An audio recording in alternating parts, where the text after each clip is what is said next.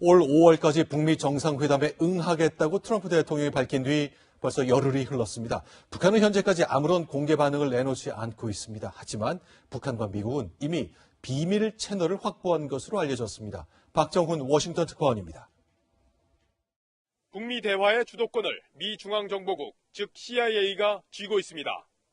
CBS는 트럼프 행정부 관리들을 인용해 CIA가 이미 북한과 비밀 채널을 만들어 소통하고 있다고 보도했습니다. We do have back channels ourselves, by the way, to North Korea, and we have our ways of setting things like that up in an appropriate manner. 국무장관으로 내정된 폼페이오 CIA 국장이 이 채널을 활용해 대북 접촉에 시동을 걸고 있다는 겁니다. 지난해 5월 CIA 내에 만들어진 한국 미션센터도 그간 수집한 대북 정보를 기반으로 북한과의 협상에 나설 것으로 보입니다. 북한에 속았던 과거를 반복하지 않겠다는 트럼프 대통령의 강한 의지가 반영된 조치입니다. 미국을 방문 중인 강경화 외교부 장관도 김정은은 이미 비핵화를 약속했다며 당장 북한에 줄 선물은 없다고 단언했습니다. At this point, we haven't offered it anything. We had made it clear that we will engage, but there will be no reward for dialogue. 북미 대화에 강한 의지를 보이고 있는 트럼프 대통령은 과감하면서도 조심스럽게 움직이고 있습니다. CIA의 대북 정보력이 얼마나 큰 힘을 발휘할지 트럼프, 김정은 두 사람의 머리 싸움이 본격적으로 시작되고 있습니다. 워싱턴에서 채널A 뉴스 박정훈입니다.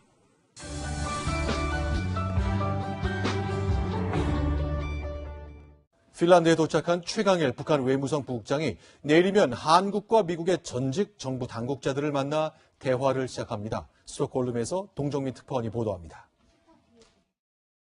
18일 류용호 외무상이 스웨덴 스톡홀름을 떠나는 날 최강일 외무성 부국장은 핀란드 헬싱키에 도착했습니다. 최 부국장은 내일과 모레 미국과 한국 전직 관료들과 만나 북미 정상회담 탐색전을 시작합니다.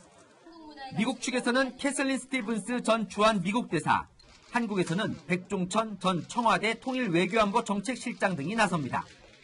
반관 반민 회담이지만 연쇄 정상회담을 앞둔 남북미가 한자리에 모여 비공식 조율에 나서는 셈입니다. 북한이 대화 장소로 북유럽을 선호하는 것은 강한 신뢰관계 때문입니다. 스웨덴은 6.25 전쟁 이후 중립국 감시위원회를 맡으면서 1973년 개설 이후 평양 대사관을 한 번도 폐쇄한 적이 없는 거의 유일한 국가입니다. 2001년에는 유럽연합 의장국을 맡아 EU 대표단을 이끌고 방북해 김정일 위원장과 만나기도 했습니다. Lively is the best word to express what we met when we discussed with General Kim Jong. 이곳 북유럽은 연이어 한반도 외교 중재지로 각광을 받으면서 한껏 고무됐습니다. 진정한 한반도 평화 정착 실현을 진심으로 기원하는 분위기입니다. 스톡홀름에서 채널A 뉴스 동정민입니다.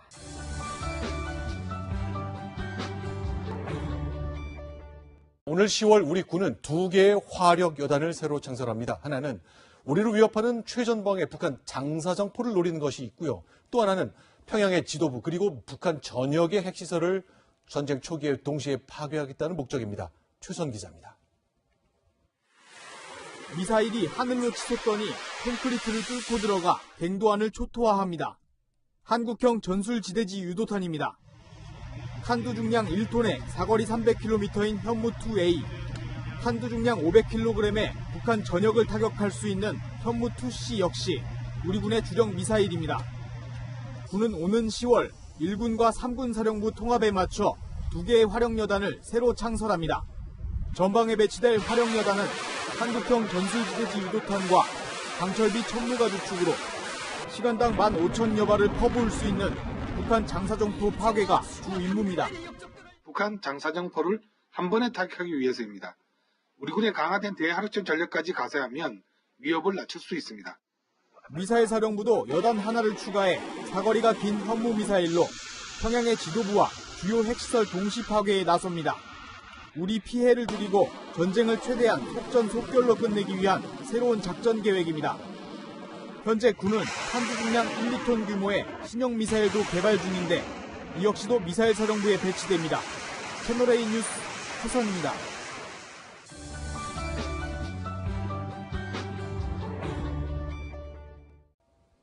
네, 한반도 주변 세 나라의 1인자들이 부침을 겪고 있습니다. 먼저 러시아 보겠습니다. 푸틴 대통령이 4선에 성공해서 앞으로 6년 더 집권합니다. 그러니까 지금까지 대통령 4번 그리고 총리 1번을 지내게 되는 건데 6년 뒤라고 권력을 내려놓을까요? 안건우 기자가 취재했습니다. 크렘린궁 인근 광장에 몰려나온 사람들. 푸틴 대통령의 4선을 축하하는 인파입니다. Конечно, довольна. Ну, потому что я знаю, что будет стабильность, будет... Я знаю, какой у меня будет завтра. 76%의 득표율로 승리한 푸틴. 선거 결과에 러시아 발전에 대한 열망이 반영됐다며 승리를 자축합니다. Вместе возьмемся за большую масштабную работу во имя России. 푸틴의 임기는 2024년까지 늘었습니다. 구소련 시절 31년간 독재한 스탈린에 이어 역대 2번째 기록이 됩니다. 현행 헌법상 5번째 대권을 노릴 수는 없지만 개헌 가능성에 대한 우려도 나옵니다. Я очень сильно доволен, как я голосовал за Путина, я буду голосовать. 푸틴은 일단 선을 그었습니다. Мне кажется, что то, что вы говорите, немножко смешно. Давайте посчитаем. Я что, до 100 лет, что ли, буду сидеть? Нет, нет. 이런 가운데 반정부 세력과 서구 언론은 부정선거가 곳곳에서 목격됐다며 대선 결과에 문제를 제기하고 나섰습니다. 채널A 뉴스 안건우입니다.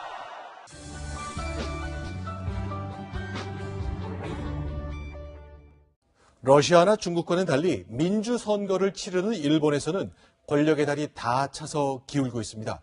정부가 공문서를 조작한 사실이 드러나면서 아베 총리의 지지율이 뚝 떨어졌습니다. 도쿄에서 장원재 특파원입니다. 아베 총리 지지율이 31%를 기록했습니다. 2012년 취임 후 6년 만에 가장 낮은 수치입니다. 아베 총리 기념 초등학교를 세우겠다며 국유지를 헐값에 사들인 모리토모 학원 스캔들 탓입니다. 국회에 제출한 재무성의 관련 공문서를 조작했다는 의혹이 결정타였습니다. 하지만 아베 총리는 문서 조작은 인정하면서도 책임질 일은 없다는 입장입니다. 国民の皆様から厳しい目が向けられていることを真摯に受け止め、なぜこんなことが起きたのか、全容を解明するため調査を進めていく。 야당은 아소 부총리 겸 재무상의 해임과 총리 부인 아키에 여사의 국회 출석을 요구했습니다. 지난주부터 매일 관저 앞에서 이루어지던 내각 총사퇴 시위는 전국으로 확산되고 있습니다. 官僚の方のせいにして全く一国の首相である安倍総理が全く責任を取ろうとしないっていうことに対してやっぱり国民は怒ってるんだぞ. 시위대는 도덕성을 상실한 아베는 더 이상 총리 자격이 없다고 주장하고 있습니다. 올해 개헌을 본격화하고 9월 자민당 총재선에서 3년임을 확정 지으려던 아베 총리의 계획에도 빨간불이 켜졌습니다. 도쿄에서 채널A 뉴스 장원재입니다.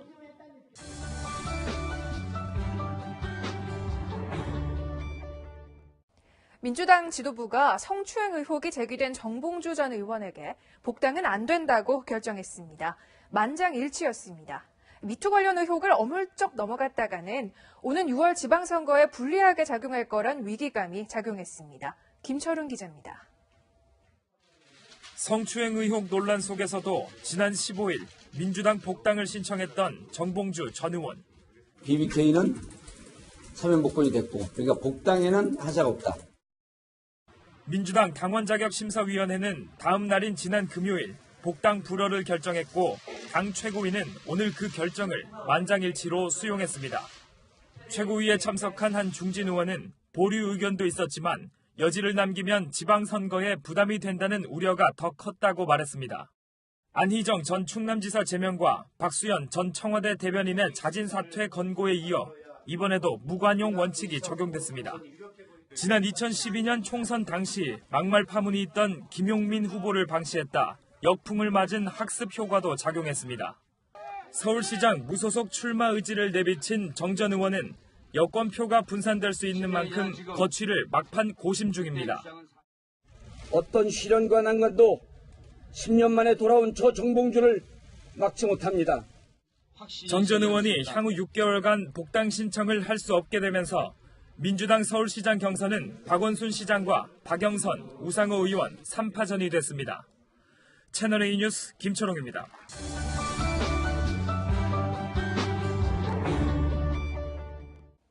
네, 이렇게 이명박 전 대통령을 구속하는 영장 청구와는 별도로 검찰 내부에서는 부인 김윤옥 여사를 직접 조사하겠다는 의견이 우세합니다. 그러니까 조사는 하되 공개 소환하지는 않는 방안이 유력하게 검토되고 있습니다. 강경석 기자입니다. 검찰 수사 과정에서 포착된 김윤옥 여사의 비리 의혹은 3가지입니다. 국정원 특수활동비 10만 달러 수수 의혹, 이팔성 전 우리금융지주 회장 청탁자금 5억 원 수수 의혹, 그리고 다스 법인카드 4억 원 사적 사용 의혹입니다. 검찰은 지난주 이 전 대통령을 소환 조사하면서 김 여사의 불법 자금 수수 의혹도 조사했습니다. 이 전 대통령은 국정원 특활비는 내가 받았고 나머지 의혹에 대해선 모른다고 진술했습니다. 김 여사로 수사가 확대되는 것을 차단하기 위한 진술이라는 게 검찰의 판단입니다. 검찰은 사실관계 확인을 위해 비공개로 김 여사를 조사하는 방안을 검토 중인 것으로 전해졌습니다. 검찰 안팎에선 검찰이 이 전 대통령을 압박해 자백을 받아내려고 김 여사 조사 카드를 검토하고 있다는 해석이 나옵니다. 그러나 검찰 관계자는 원칙대로 수사하고 있을 뿐이라고 일축했습니다. 앞서 검찰은 노무현 전 대통령의 640만 달러 수수 혐의 수사 당시 권양숙 여사를 비공개 조사했습니다. 채널A 뉴스 강경석입니다.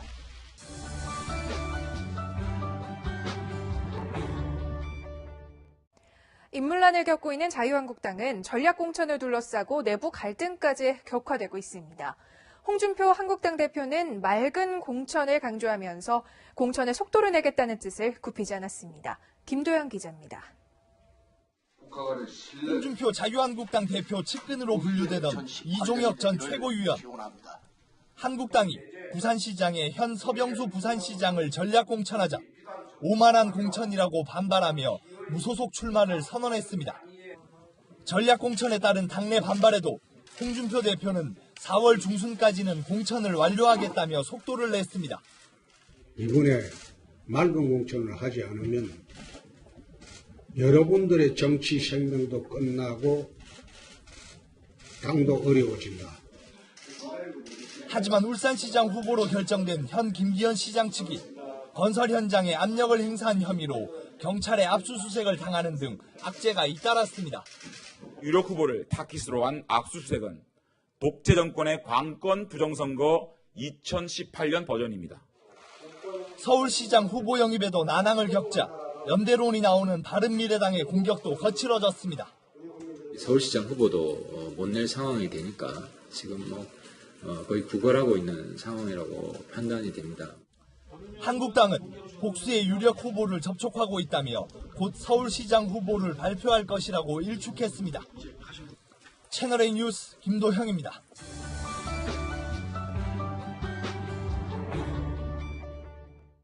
(5.18) 민주화운동 당시 헬기 사격을 일체 부인한 전두환 전 대통령을 규탄하는 기자회견이 연희동 자택 앞에서 열렸습니다. 집을 가운데 두고 반대편 골목에서는 보수단체의 맞불 집회도 있었습니다. 허욱 기자가 보도합니다. 박영찬 전두환을 즉각 구속하라! 구속하라! 구속하라! 전두환 전 대통령이 그려진 피켓을 불태우기도 합니다. 전 대통령 연희동 자택 앞에 광주 지역 시민단체와 5.18 유족 20여 명이 모였습니다. 이들은 전 대통령이 회고록에서 5.18 당시 헬기 사격은 허위라고 주장해 전 대통령을 명예훼손 혐의로 지난해 4월 고소했습니다. 하지만 전 대통령은 검찰의 2차례 소환 통보 모두 불응하고 있습니다. 회고록 내용이 사실이라는 취지의 진술서만 검찰에 제출한 것으로 알려졌습니다. 현인 공유할 만행을 참여하기는커녕 거짓과 변명으로 허위 날조된 망언록을 통해 불과 100여 미터 떨어진 곳에선 보수단체 회원 70여 명이 모여 맞불 집회를 열었습니다.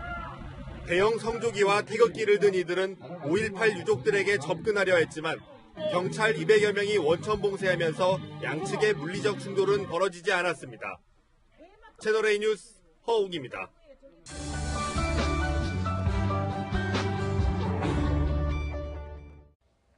국회 개헌 논의가 속도를 내지 못하자 문재인 대통령이 먼저 나섰습니다. 다음 주 월요일 개헌안 발의를 예고했는데요. 야권 반발이 만만치가 않습니다. 강지혜 기자가 보도합니다. 대통령은 헌법 개정안을 3월 26일에 발의할 수 있도록 준비에 만전을 기할 것을 지시했습니다. 6월 지방선거와 개헌 국민투표를 동시에 치르겠다고 공약한 문재인 대통령의 개헌 구상이 공개됐습니다. 야권을 설득할 시간이 필요하다는 더불어민주당의 요청을 반영해 당초 검토했던 21일 대신 26일을 발의 시점으로 정했습니다. 국회가 개헌에 합의할 수 있는 마지막 기회를 드리기 위한 것입니다. 청와대는 내일부터 사흘간 조국 민정수석을 통해 개헌안 내용도 공개할 예정입니다.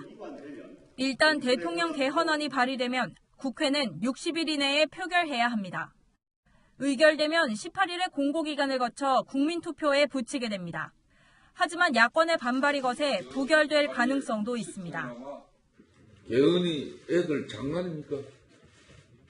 아니면 말고시게 이런 개헌 장난은 아이들 불장난과 똑같습니다. 정의당 이정미 대표는 자유한국당이 개헌 저지선을 확보한 상황에서 대통령 단독 개헌안 발의는 곧 개헌의 중단이 될 수 있다고 지적했습니다. 야권 일각에서는 청와대가 지방선거에서 정권 심판론을 퇴색시키기 위해 개헌 대 반개헌 구도를 만들려 한다는 비판도 나옵니다. 채널A 뉴스 강지혜입니다.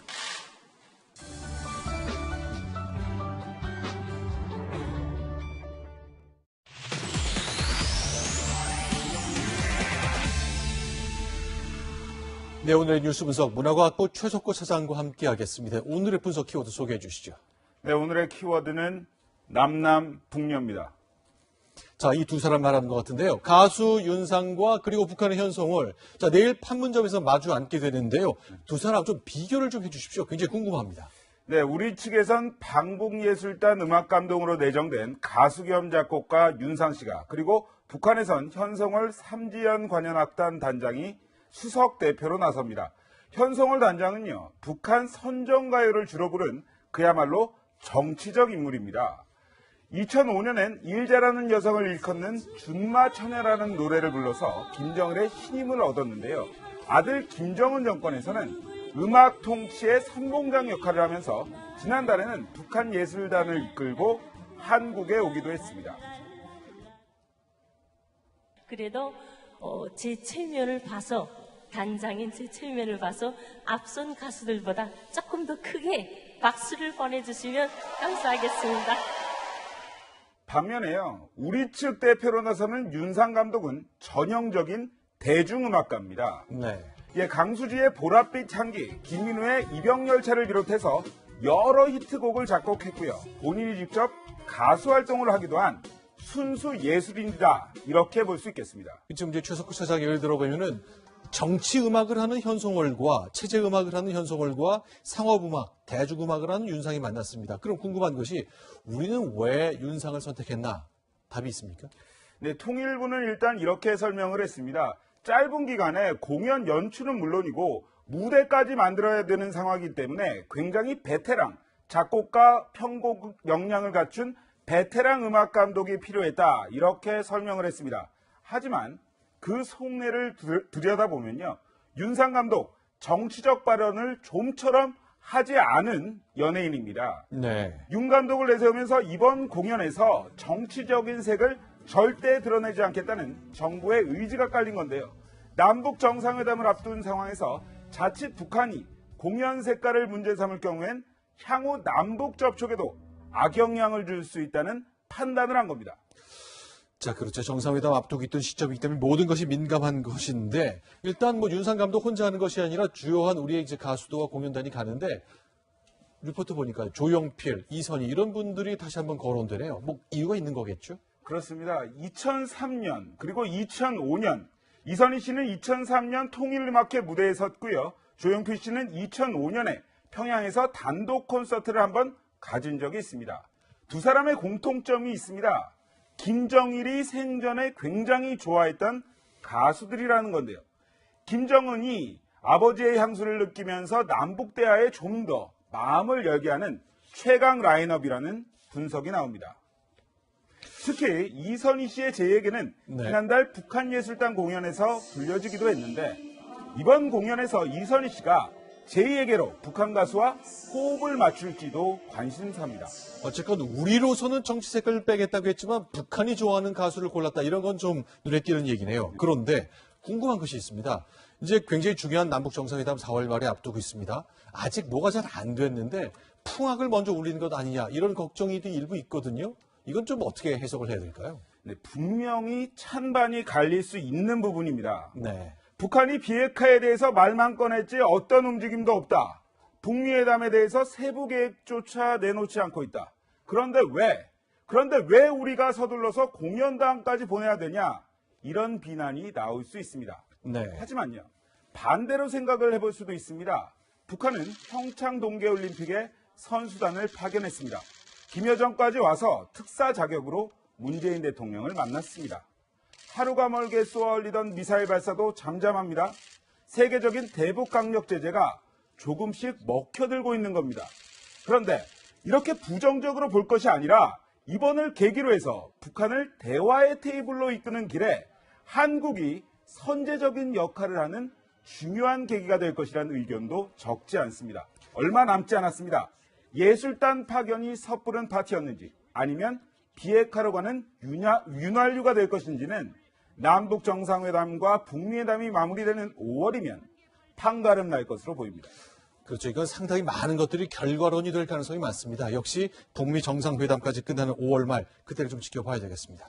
최석구 사장과 함께했습니다. 고맙습니다.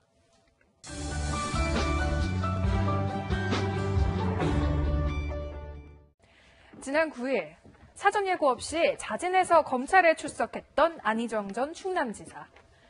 안 전 지사가 오늘 다시 검찰에 출석했습니다. 성폭행 등의 혐의로 열흘 만에 정식 소환된 건데요.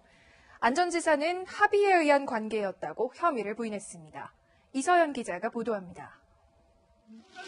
열흘 만에 검찰에 다시 나온 안희정 전 충남지사. 지난 9일 자진 출석 대화와는 달리 이번엔 구체적으로 입장을 밝혔습니다. 합의에 의한 관계였다고 생각했습니다. 하지만 고소인들께서 그런 것이 아니었다고 하십니다. 사과드립니다. 강제적인 것은 아니었다며 자신의 혐의와 관련해 선을 그은 겁니다. 피의자 신분인 안 전 지사는 자신의 비서와 자신이 주도적으로 설립한 연구소 직원을 성폭행한 혐의를 받고 있습니다. 검찰 조사를 성실히 받겠습니다. 그리고 그에 따른 사법 처리도 달게 받겠습니다. 검찰은 추가로 확보한 자료 등을 바탕으로 고소인들이 주장하는 업무상 위력에 의한 강제성을 확인하는 데 수사에 초점을 맞추고 있습니다. 검찰은 조사를 마치는 대로 구속영장 청구 여부를 검토할 예정입니다. 채널A 뉴스 이서연입니다.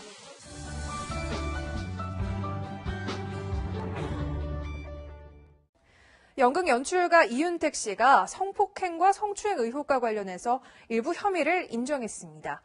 이 씨를 소환해서 조사를 마친 경찰은 이번 주에 구속영장을 신청할 방침입니다. 황수연 기자입니다.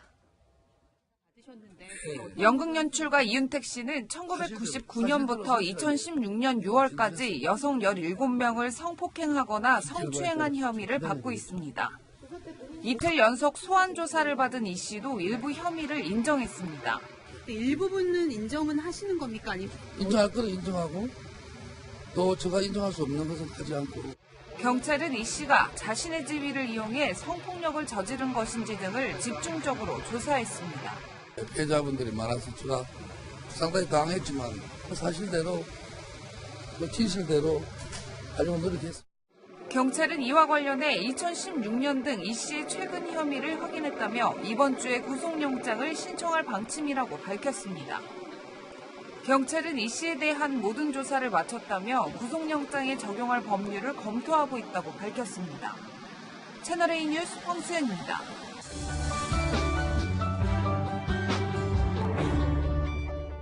오늘 10월 우리 군은 2개의 화력 여단을 새로 창설합니다. 하나는 우리를 위협하는 최전방의 북한 장사정포를 노리는 것이 있고요. 또 하나는 평양의 지도부 그리고 북한 전역의 핵시설을 전쟁 초기에 동시에 파괴하겠다는 목적입니다. 최선 기자입니다.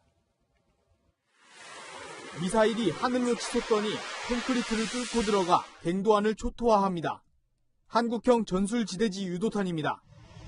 한두 중량 1톤에 사거리 300km인 현무2A, 한두 중량 500kg의 북한 전역을 타격할 수 있는 현무2C 역시 우리 군의 주력 미사일입니다. 군은 오는 10월 1군과 3군 사령부 통합에 맞춰 2개의 화력여단을 새로 창설합니다. 전방에 배치될 화력여단은 한국형 전술지대지 유도탄과 강철비 천무가 주축으로 시간당 15,000여 발을 퍼부을 수 있는 북한 장사정포 파괴가 주 임무입니다. 북한 장사정포를 한 번에 타격하기 위해서입니다. 우리 군의 강화된 대하력적 전력까지 가세하면 위협을 낮출 수 있습니다. 미사일 사령부도 여단 하나를 추가해 사거리가 긴 현무 미사일로 평양의 지도부와 주요 핵시설 동시 파괴에 나섭니다. 우리 피해를 줄이고 전쟁을 최대한 속전속결로 끝내기 위한 새로운 작전 계획입니다. 현재 군은 한두 중량 1, 2톤 규모의 신형 미사일도 개발 중인데 이 역시도 미사일 사령부에 배치됩니다. 채널A 뉴스 허선입니다.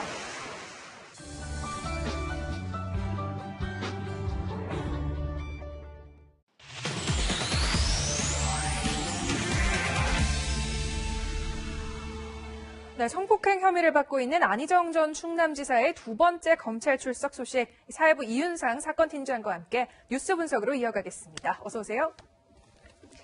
네, 먼저 키워드부터 설명해 주시죠. 네, 오늘의 키워드는 9일 대 19일입니다. 9일은 안희정 전 지사가 검찰에 자진 출석한 날이고요. 19일은 바로 오늘이죠. 안 전 지사가 공식 소환된 날입니다.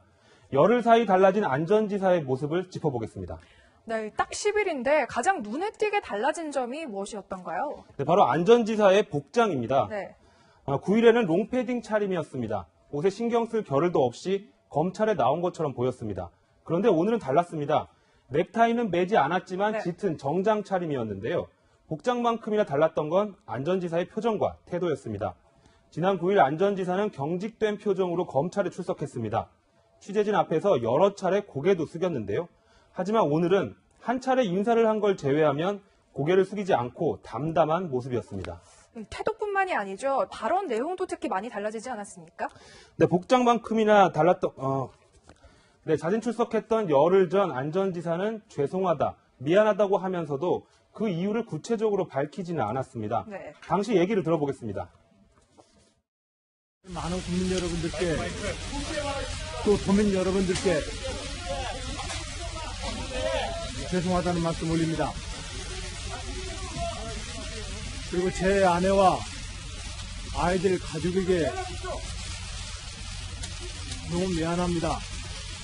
네, 이때는 성폭행 의혹에 대해서도 제대로 언급하지 않았습니다. 하지만 오늘은 다른 모습이었습니다. 사법적 처벌을 달게 받겠다고 했지만 발언을 자세히 들어보면 합의된 성관계라고 생각했다며 형사처벌을 받을 죄를 짓지 않았다고 했는데요. 네. 지난 열흘간 변호인들과 대응 방안을 정리한 걸로 보입니다. 이렇게 안 전 지사의 많이 변화된 모습을 어떤 의미로 좀 읽어야 될까요? 네, 아무래도 이번 사건에 어떻게 대응을 할지 입장 정리가 끝났다는 분석이 나옵니다. 전문가 얘기 들어보겠습니다.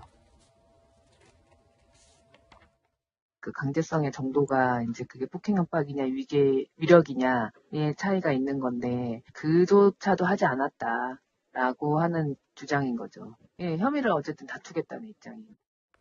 네, 안 전 지사는 오늘 조사에서도 도지사의 지위를 이용해 강압적으로 성관계를 갖지 않았다는 점을 적극 설명할 것으로 보입니다. 네, 안 전 지사가 이렇게 대응 전략을 준비할 지난 열흘 사이에 사실 검찰 분위기도 좀 많이 달라지지 않았습니까? 네, 그렇습니다. 지난 9일 안 전 지사를 조사한 검찰은 대략적인 사실관계만 확인했다고 설명했습니다. 네. 고소인 조사를 하던 중에 안 전 지사가 자진해 기습 출석했기 때문인데요. 하지만 오늘은 필요한 준비는 다 했다고 밝혔습니다. 검찰은 오늘 안 전 지사에 대한 조사를 마치면 고소인 2명의 진술 내용과 안 전 지사의 진술 내용 등을 비교해 구속영장 청구 여부를 결정할 계획입니다. 네, 여기까지 듣겠습니다. 이윤상 사건팀장이었습니다. 감사합니다.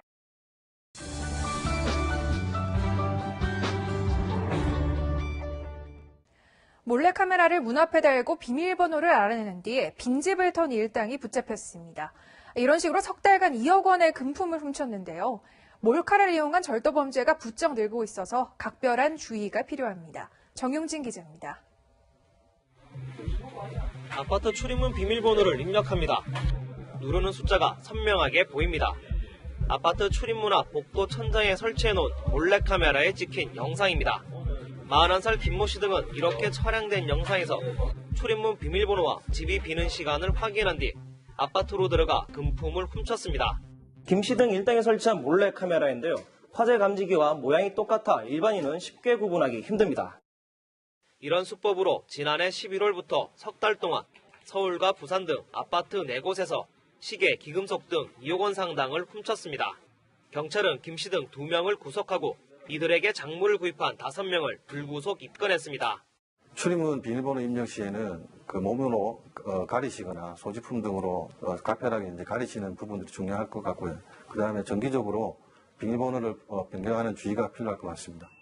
지난 13일에는 블랙박스형 몰래카메라를 여성이 혼자 사는 집 현관 앞에 설치한 남성이 경찰에 붙잡혔습니다.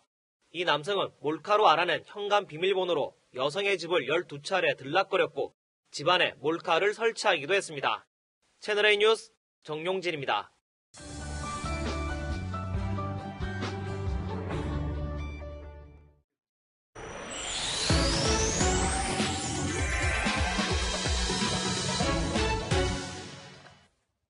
오늘 뉴스터치는 또다시 구설수에 오른 그룹 빅뱅의 멤버 탑 이야기로 시작합니다. 오늘 발표된 국내 최대 음원 사이트의 순위표입니다. 1위는 빅뱅의 꽃길이라는 곡인데요. 하지만 탑이 이 곡에 참여한 게 논란이 되고 있습니다. 대마초를 피운 혐의로 집행유예를 선고받은 탑은 올해 1월부터 서울 용산구청에서 사회복무요원으로 근무하고 있는데요. 병무청 규정에 따르면 사회복무요원은 겸직은 물론 영리활동도 할 수 없다고 명시해 놓았습니다. 이 때문에 용산구청은 탑이 사회복무요원으로 근무하면서 음원을 발표했을 가능성이 있다며 병무청의 영리활동에 해당되는지를 질의했습니다. 나머지 멤버들도 뭐 군이신 분이고 탑 씨도 사회복무요원이기 때문에 병무청에다가 요건이 어떻게 되는 건지 확인 요청을 한 바 있습니다. 관건은 음원을 언제 만들었느냐인데요. 입대 전에 미리 만든 음원이라면 큰 문제가 되지 않습니다. 탑은 2, 3년 전쯤 만든 음원이고 음원 공개 사실 자체도 몰랐다고 해명했습니다. 소속사도 2년 전에 녹음한 걸 팬들도 다 알고 있기 때문에 전혀 문제될 게 없다는 입장인 걸로 전해졌습니다. 용산구청은 영리활동 여부에 대한 결론이 이번 주 안에 나올 것으로 보고 있습니다. 다음은 교통신호를 위반하다 딱 걸린 성범죄 수배자 이야기입니다. 닷새 전 밤 9시쯤 서울 노원구에서 촬영된 영상입니다.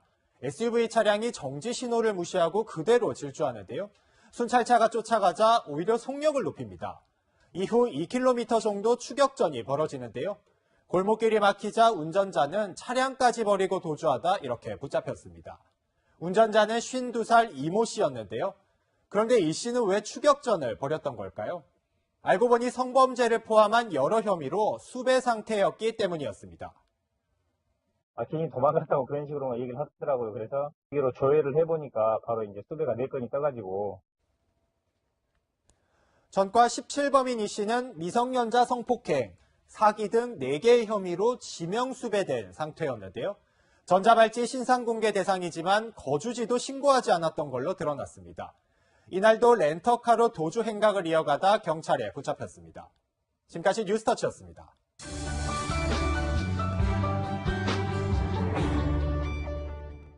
학교 봉사활동에 갈 수도 없고 또 그렇다고 안 갈 수도 없고 고민하는 일부 학부모들은 아르바이트를 씁니다. 이들을 도와줄 방법이 없을까요? 김민지 기자가 취재했습니다.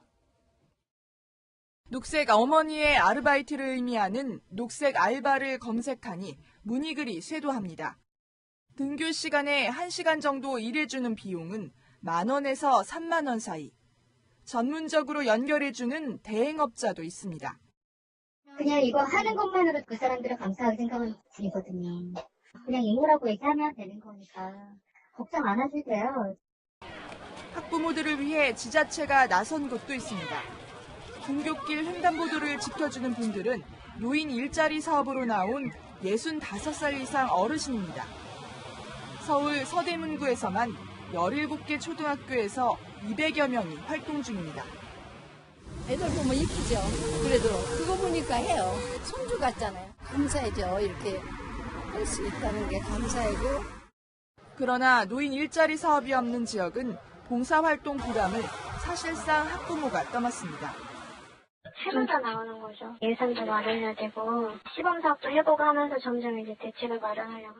학기 초마다 반복되는 학부모의 마음고생을 덜어주기 위해 교육당국과 지자체의 적극적인 노력이 절실합니다. 채널A 뉴스 김민지입니다.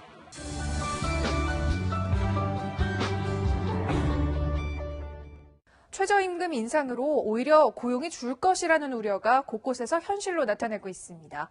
인건비 부담을 느낀 전국 주유소 4곳 중 1곳이 2명 이상을 해고한 것으로 드러났습니다. 김진 기자의 보도입니다. 2달 전까지만 해도 10명이 근무했던 주유소입니다. 그런데 급격한 최저임금 인상으로 인건비를 감당하기 힘들었던 업주는 최근 2명을 해고했습니다. 해고된 근로자는 1년 반 넘게 일했던 20대 후반의 청년들. 동생 같은 그런 친구들이었는데 최저임금 인상 때문에 감축할 수밖에 없었던 상황입니다. 할 말이 없었습니다. 그냥 좀 고통스러웠습니다. 이번에 해고를 피한 근로자들도 내년 또다시 급격한 최저임금 인상이 예상돼 불안하긴 마찬가지입니다. 정부 시책에 좀 어긋나는 것 같고 약간의 두려움이라든가 불안감, 미래에 대한 어떤 불확실성. 주유소 협회에 따르면 지난 2달 새 전체 주유소 중 25.5%에서 근로자 2명을 해고한 것으로 집계됐습니다. 이 중 10%는 근로자 3명 이상을 해고했습니다. 근로자 5명을 해고하며 셀프 주유소로 전환하거나 주유소의 문을 아예 닫으며 근로자 8명이 해고된 곳도 있었습니다. 급격한 최저임금 인상이 오히려 취약계층의 고용에 악영향을 미칠 것이라는 우려가 주유소 업계에서 현실화된 겁니다.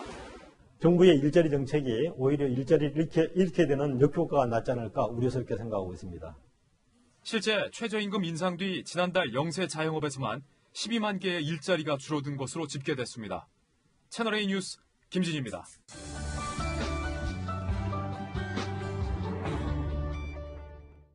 네, 지난해 눈길을 많이 끌었던 사진입니다. 알아보시겠습니까? 톱스타 채시라 고소영이 학교 앞에서 봉사활동을 하고 있는 모습이죠. 이처럼 초등학생을 둔 학부모라면 새 학기마다 봉사활동을 요청받게 됩니다. 마음 같아서는 꼭 하고 싶죠. 하지만 일하는 부모에겐 이게 큰 걱정거리입니다. 먼저 공국진 기자가 보도합니다. 초등학교 앞 횡단보도 앞에서 노란색 깃발을 들자 어린이들이 안전하게 길을 건넙니다. 깃발을 들어주는 사람은 녹색 어머니 외 봉사활동에 나선 학부모들. 월차는데 너무 좋아요. 어린이들 안전을 이렇게 지킬 수 있어서. 너무 뿌듯하죠. 하지만 시간을 내기 어려운 맞벌이 주부들은 활동 참여 요청이 부담스러울 수밖에 없습니다. 요새는 맞벌이들이 많잖아요. 우리가 바빠요. 바쁘다 보니까 아무래도 시간을 내는 게. 활동에 빠지면 자녀에게 불이익이 갈까봐 걱정입니다.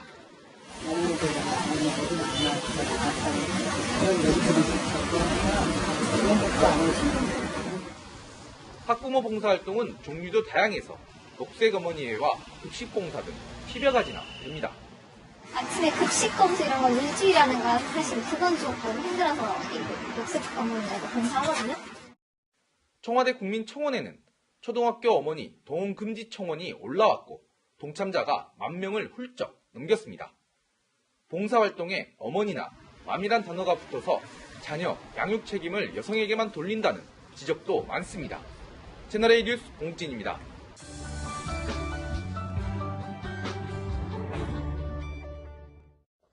네, 1시간 반 전에 검찰의 영장 청구 결정이 공개됐었죠. 이명박 전 대통령의 서울 논현동 자택은 지금 적막감이 감돌고 있습니다. 논현동으로 가보겠습니다. 성혜란 기자, 이 전 대통령과 참모들 지금 어떻습니까? 네, 검찰의 구속영장 청구 소식이 전해진 이후 이곳 이명박 전 대통령의 논현동 자택 앞에는 긴장감이 감돌고 있습니다. 제 뒤로는 이 전 대통령의 구속을 촉구하는 피켓 시위가 계속되고 있고 기동대 소속 의경들이 집 앞을 지키고 있는데요. 지난 14일 검찰 소환 조사 이후 이 전 대통령이 외출을 자제하고 있어서 오늘도 모습이 포착되지는 않았습니다. 이 구속영장 청구 소식도 오늘 자택에 머무르던 중 확인한 것으로 전해졌는데요. 이 전 대통령은 곧바로 비서실 명의로 이명박 죽이기라고 비판했습니다.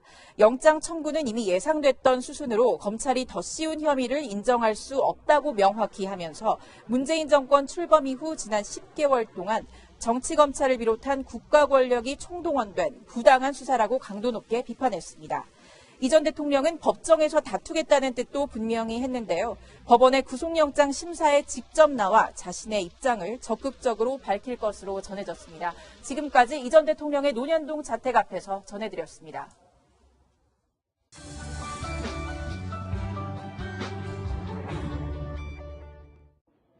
이번 봄비는 찬바람을 몰고 왔습니다. 지금 서울 등 중서부 지역은 비가 대부분 그쳤지만 충청, 이남을 중심으로 약하게 비가 오고 있는데요. 한층 쌀쌀해진 날씨 때문에 이곳 신촌거리도 평소보다는 한산한 모습입니다. 내일은 꽃샘추위에 대비가 필요합니다. 오늘보다 기온이 낮아지는 데다가 찬바람까지 더해지며 체감온도는 더 내려가겠습니다. 한낮에도 대부분 10도를 밑돌겠습니다. 지금 수도권을 제외한 대부분 지역에 약한 비가 오고 있는데요.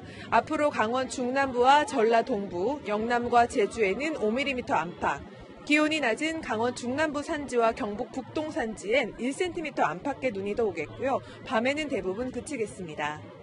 해상에도 강풍이 비상입니다. 동해상과 남해상엔 풍랑특보가 발효 중입니다. 내일도 물결이 최고 6m까지 매우 높게 일겠습니다. 수요일에는 전국에 또 봄비가 오는데요. 모레까지는 꽃샘추위가 이어지다가 기온이 오름세를 보이면서 다시 따스함을 되찾을 전망입니다. 요즘 기온 변화가 커서 감기나 각종 질병에 노출되기 쉽습니다. 봄 제철 음식 잘 챙겨 드시고 면역력 관리 잘 해주시기 바랍니다.